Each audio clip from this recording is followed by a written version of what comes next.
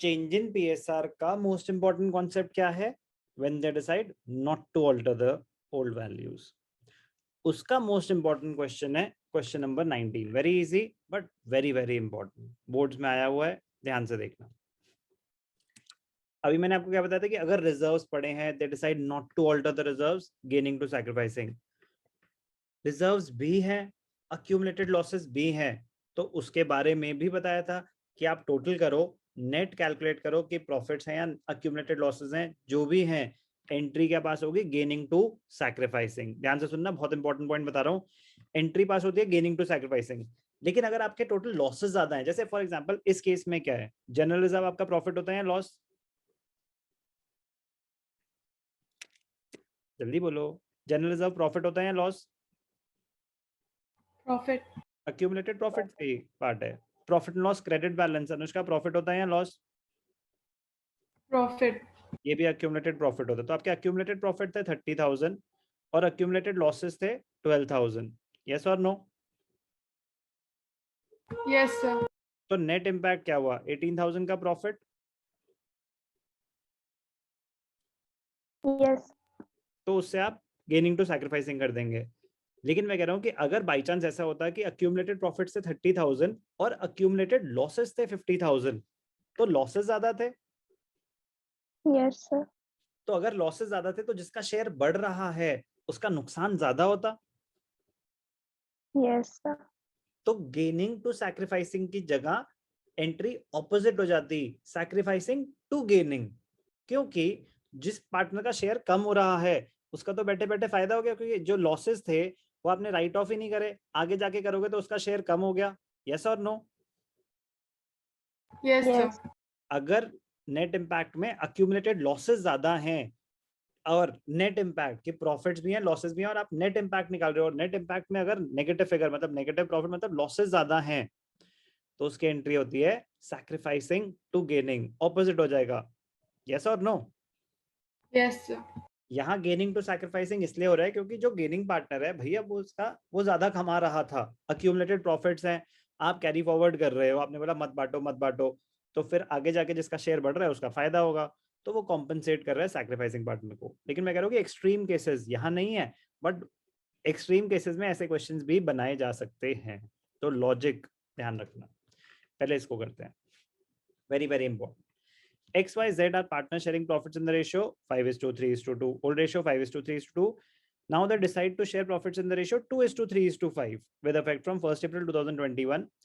They also decide to record the effect of the following accumulated profits, losses, and reserves without affecting their book values by passing a single entry. तो question ने बता दिया, they decide not to alter the reserves. Yes or no? Yes sir. Question ही बताएगा आपको कि whether they decide to alter the reserves or not. कुछ mention नहीं है तो रिजर्व्स ऑल्टर होंगे कि नहीं होंगे? नहीं होंगे। रिजर्व्स ऑल्टर नहीं होंगे अगर कुछ मेंशन नहीं है, तो नहीं सर, तब होंगे। होंगे या नहीं होंगे? अगर कुछ मेंशन नहीं है तो होंगे। अगर कुछ मेंशन नहीं है तो यस बिल्कुल ऑल्टर हो जाएंगे। क्यों कह रहे? फिर हम डिस्ट्रीब्यूट कर देंगे। यही सीखा है हमने, यस सर। यही रूल है कि अगर कुछ मेंशन नहीं है तो इम्प्लाइड एडजस्टमेंट बोलते हैं उसे, कह रहे हैं उसको ओल्ड रेशियो में डिस्ट्रीब्यूट कर दो, रिजर्व्स हैं तो, लॉसेस हैं तो राइट ऑफ कर दो। लेकिन जब स्पेसिफिकली मेंशन्ड है they decide not to alter the reserves, उस केस में ये एडजस्टमेंट अप्लाई होगी। तो चलो, ओल्ड रेशियो 5:3:2 XYZ, ध्यान से देखना। पहले हम रेशियो कैलकुलेट कर लेते हैं। तो वर्किंग नोट में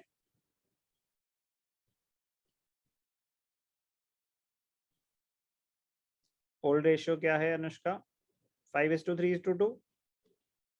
yes sir. Okay, new ratio क्या है?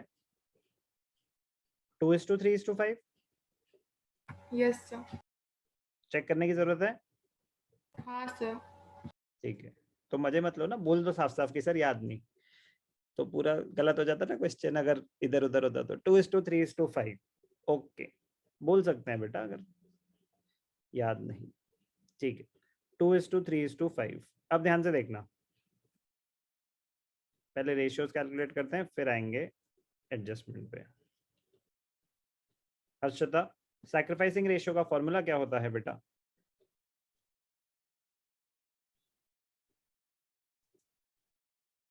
Harshita sir old ratio minus new ratio. बताओ इसमें कैसे कैलकुलेट करेंगे? x का ओल्ड रेशियो क्या है? 5/10। न्यू रेशियो क्या है? 2/10। तो सैक्रिफाइस कितना करा उसने? Clear? Yes sir. y old ratio 3/10, new ratio 3/10, y no profit no loss, z new ratio or old ratio sorry 2/10, new ratio 5/10, sacrifice आया उसका 2 - 5 -3/10। तो इसका मतलब z गेन कर रहा है, यस और नो? Yes sir. ओके, अब ध्यान से देखना working note number 2, net impact of reserves, losses, etc. क्या क्या पड़ा है आपके पास? आपके पास जनरल रिजर्व है 6000, पीएनएल क्रेडिट 12,024, 6 24 12, जनरल रिजर्व 6। ध्यान से देखना, एक्सेल शीट विजिबल है?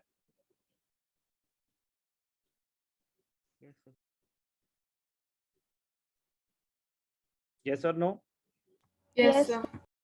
ओके, जनरल रिजर्व कितना है? 6000। पीएनएल क्रेडिट बैलेंस आपके एक्यूमुलेटेड प्रॉफिट्स होते हैं 24,000 यस सर। लेस क्या था? Advertisement suspense. Yes sir. Accumulated losses होते हैं, वो क्या होते हैं? Deferred revenue expenditure. Advertisement suspense कितना था? 12,000। तो 30 - 12 कितना आया? 18,000।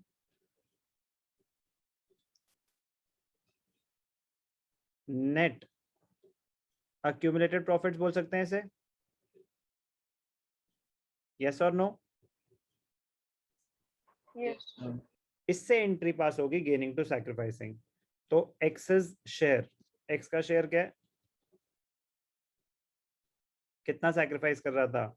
18,000 इंटू 3/10, तो 18 3 जा 5,400। वाई तो अपनी दुनिया में है, उसको फर्क ही नहीं पड़ रहा चल क्या रहा है, तो सेम ही है, 5,400 आएगा।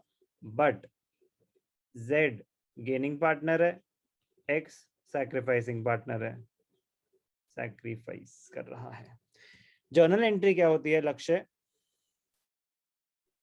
Sir, gaining partner to sacrificing when partner. they decide not to alter the reserves, not to alter the old values, तो नेट इम्पैक्ट की एडजस्टमेंट एंट्री होती है gaining to sacrificing. Gaining partner z है, तो journal entry क्या पास हो जाएगी? ध्यान से देखना, z's capital account debited to x's capital account.